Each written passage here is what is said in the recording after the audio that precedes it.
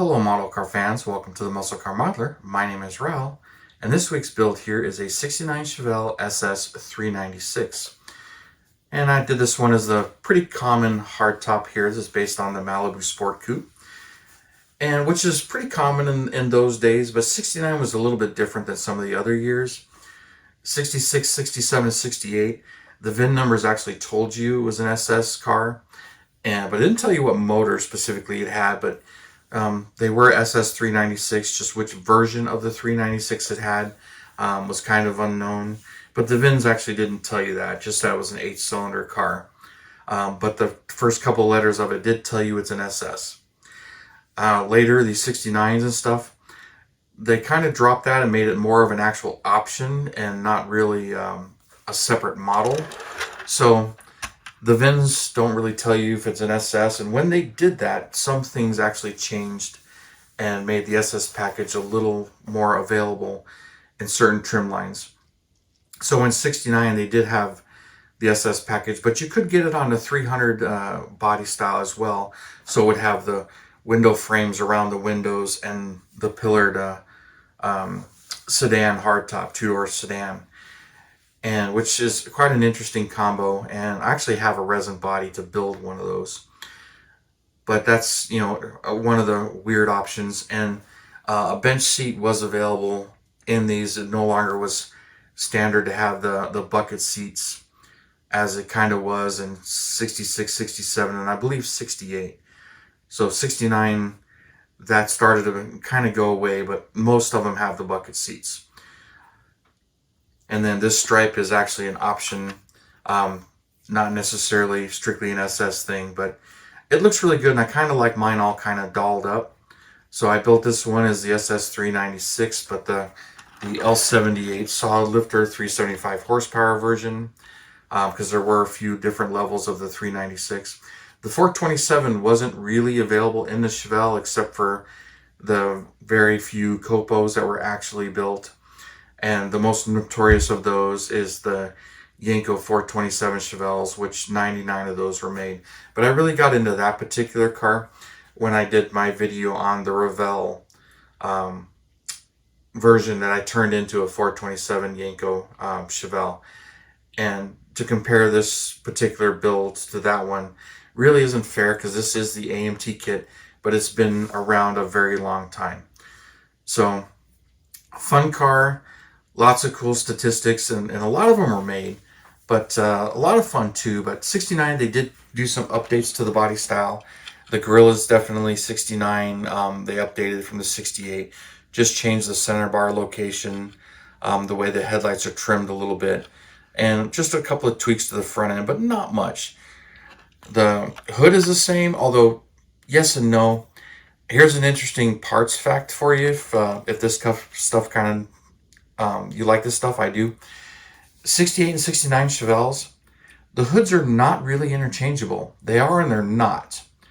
Original 68 hoods, the hinges are different, and then the way the hinges are made here and how they bolt to the hood, they were changed. And in crash tests, at 69 they added the bolts to the back of the cowl here that the hinge would actually collect when it crushed, and the hood would fold. It'd keep the windshield or the hood from going into the windshield.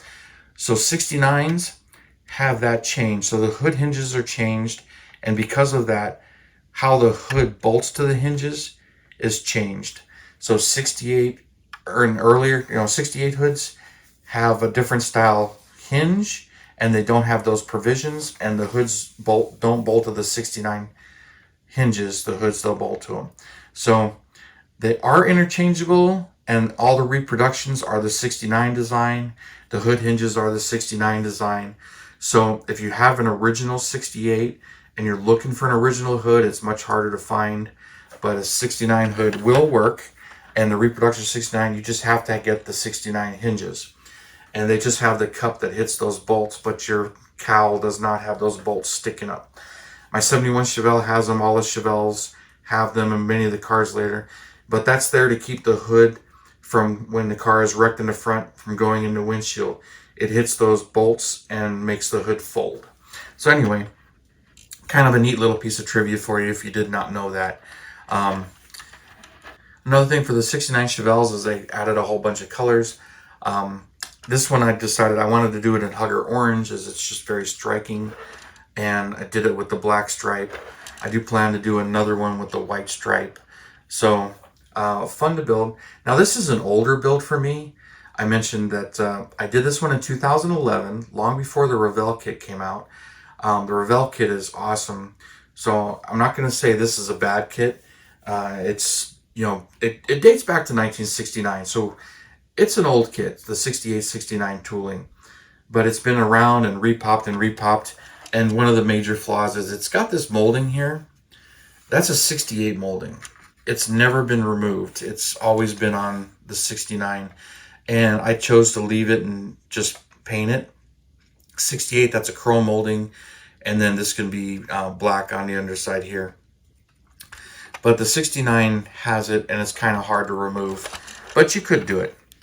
But that's about the only leftover feature between the two bodies. 68s have vent windows, 69s don't. And I added a few things to this, but not much. I did build it as the 396 version, and I'm claiming it's the 375 horse. Let's get this hood off of here. I get a little nervous doing this hood, but so there's the motor. It's pretty basic, typical of the time frame. Accuracy really isn't all there. It's not too bad for a Chevelle. The firewall is actually pretty decent. It's got this single cylinder reservoir master cylinder there, which is 66 and older, but that's what's there. And some pretty nice stuff as far as the detailing go. And the interior is actually pretty decent. I liked it. I enjoyed building it. 69 has round gauges in the dash. 68, they're kind of square. So there are some updates, and they did do some of the updates to it. The wheels I never really liked. They're just painted, and then it's got a separate cap, which is kind of cool. So I painted it that way and lettered the tires, of course. And then the underside is pretty decent, you know, for what it is. Now I did do a few things to it here. One of the things I did is I opened up that front bumper so that you can actually see through it, and glued the turn signals in there. That way the kit bumper is closed off there. So looks pretty decent. And then I added this rearview mirror. This is a pewter metal rearview mirror from the aftermarket. I did add that. That's about the only aftermarket thing I did to it. Now, I didn't black out the underside of the hood. Should be, but I really didn't do much to this one here.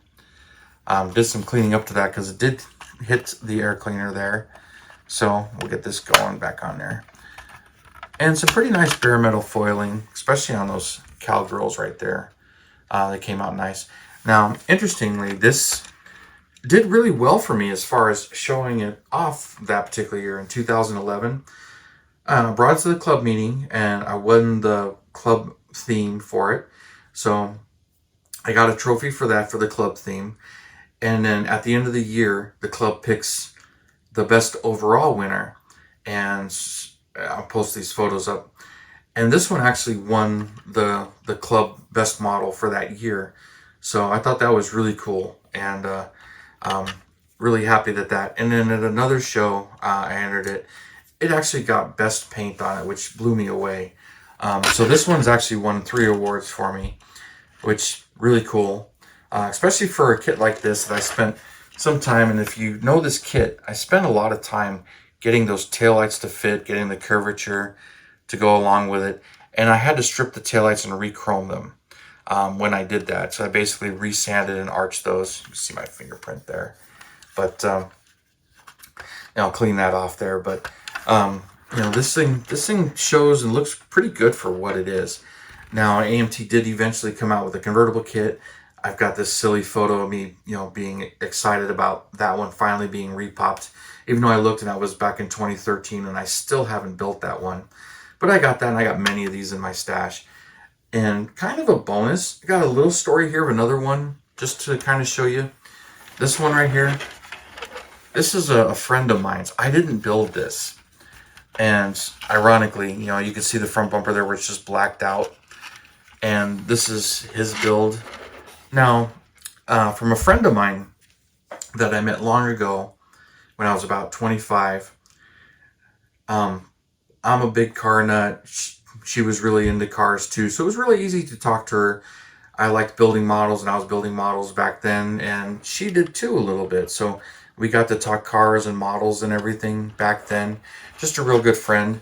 And her dad built model cars more than she did. I mean, that's how she bonded with her dad, was through cars and models.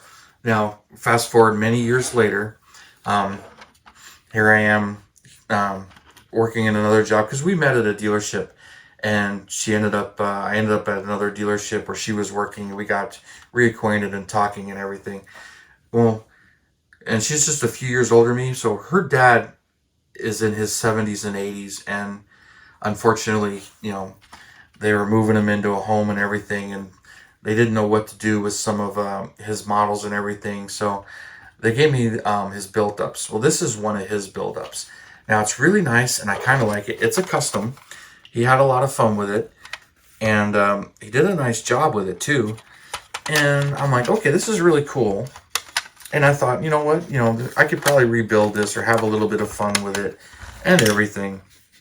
And he's got a hot rodded motor up. He liked a lot of street rods and customs, so most of the builds I got from him are street rods and customs. So the occasional muscle car was cool, but this one was kind of an odd one in there. So talking to her about it, I found out that he had a yellow 69 Chevelle. And I thought that was interesting and she told me she remembers being a little girl sitting in this back seat and looking out these side windows from an angle, that she couldn't see the cars next to her, but she could see up and out the windows. And that really struck me as an interesting story and everything. And when she told me that, I'm like, he's got a model he built of that car. I said, I don't really know how accurate it was, if it was an SS or not. I don't believe his was an SS, talking to her. But she still really didn't want the model. I'm like, he did build one of that car. And I have it. But after that story, I decided I left this one alone and kept it in memory of him.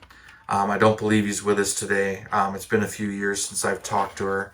And her dad wasn't doing well a few years ago when I talked to her, but she's kind of moved on to a different job, so I don't see her like I used to. And I bounced around a little bit too. But anyway, such is life.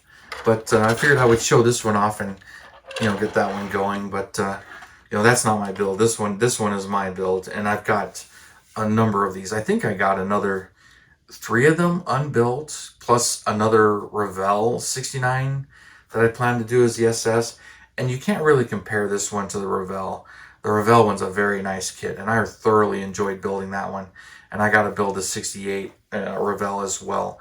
But anyway, that's kind of enough of this particular one. So thank you guys for tuning in, subscribing, and all your comments. I really do appreciate it. And you guys hit that thumbs up and share. I really do appreciate it. And have a great weekend, and I will see you next Saturday.